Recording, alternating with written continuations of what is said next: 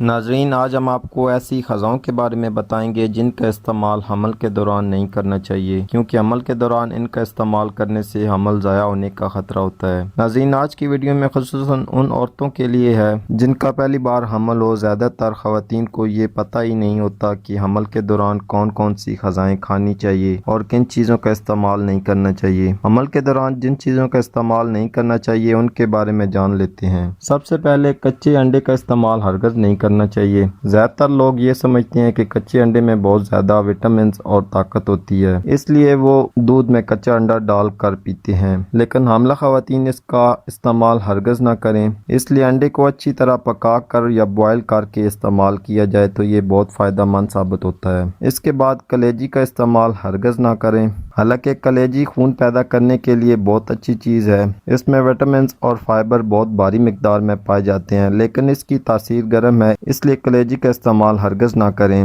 بلکہ کلیجی کا استعمال حمل سے پہلے یا بچے کی پیدائش کے بعد استعمال کرنا بہت فائدہ مند ثابت ہوتا ہے۔ اس کے علاوہ مچھلی کا استعمال پہلے 3 ماہ میں ہرگز نہ کریں۔ مچھلی میں اومیگا 3 فیٹی ایسڈ اور چکنائی وغیرہ پائی جاتی ہے۔ حمل کے دوران عورتوں میں زیادہ تر متلی اور قے کی شکایت رہتی ہے، اس لیے مچھلی کا استعمال نقصان دہ ثابت ہو سکتا ہے۔ 3 ماہ کے بعد مچھلی کو ہفتے میں تقریباً 1 بار استعمال کریں۔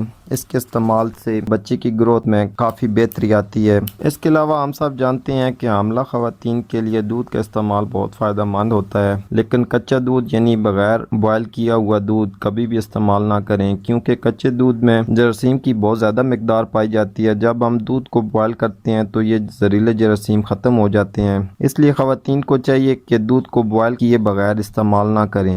اس کے علاوہ پھلوں کا استعمال بہت فائدہ مند ہے، لیکن کچھ ایسے پھل بھی ہیں جن کا استعمال پیگنینسی میں ہرگز نہیں کرنا چاہیے۔ پھلوں میں پپیتا، آم اور پائن ایپل کا استعمال پیگنینسی میں بالکل نہ کریں۔ البتہ آخری دنوں میں یعنی ڈیلیوری نزدیک ہو تو پائن ایپل اور پپیتے کا استعمال ڈیلیوری میں آسانی پیدا کرتا ہے، جبکہ پہلے 3 ماہ کے بعد آم کا ملک شیک بنا کر استعمال کر سکتے ہیں۔ اس کے علاوہ کافی کا استعمال بالکل نہ کریں، کیونکہ اس میں کافین کی مقدار زیادہ پائی جاتی ہے جو نرو سسٹم پر اثر انداز ہوتی ہے۔ نرو سسٹم خراب ہونے کی وجہ سے بچے کی نشوونما پر گہرا اثر پڑتا ہے۔ سب سے آخر میں ڈرائی فروٹ کی بات کرتے ہیں۔ ڈرائی فروٹ یعنی خشک میوہ جات میں گوشت، مچھلی، پھل، سبزیوں وغیرہ سے زیادہ منرلز اور فائبر پائے جاتے ہیں، لیکن ان کی تاثیر بہت زیادہ گرم ہوتی ہے، اس لیے پہلے 3 ماہ ان کا استعمال ہرگز نہ کریں۔ اس کے بعد خشک میوہ جات کی مناسب مقدار استعمال کر سکتے ہیں، لیکن ان کا زیادہ استعمال نہ کریں، اس کے استعمال سے حمل ضائع ہو سکتا ہے، اس لیے ان کا استعمال مناسب مقدار میں ہی کریں تو بہتر ہے۔ اگر ہو سکے تو خشک میوہ جات کو 3 سے 4 گھنٹے پہلے بھگو کر رکھ دیں، اس کے بعد استعمال کریں تو اس سے بہت زیادہ فائدہ پہنچے گا۔ حمل کے دوران کوشش کریں کہ گرم اور تلی ہوئی اشیاء سے مکمل پرہیز کریں۔ جنک فوڈ اور تیز مسالہ جات کا استعمال بھی کم کریں، کیونکہ یہ چیزیں غذائیت کے اعتبار سے صحیح نہیں ہوتی، ان میں منرلز اور فائبر نہ ہونے کے برابر ہوتے ہیں، اس لیے ان کا استعمال ہاضمہ کی خرابی بھی کرتا ہے۔ اس لیے کوشش کریں کہ ہیلدی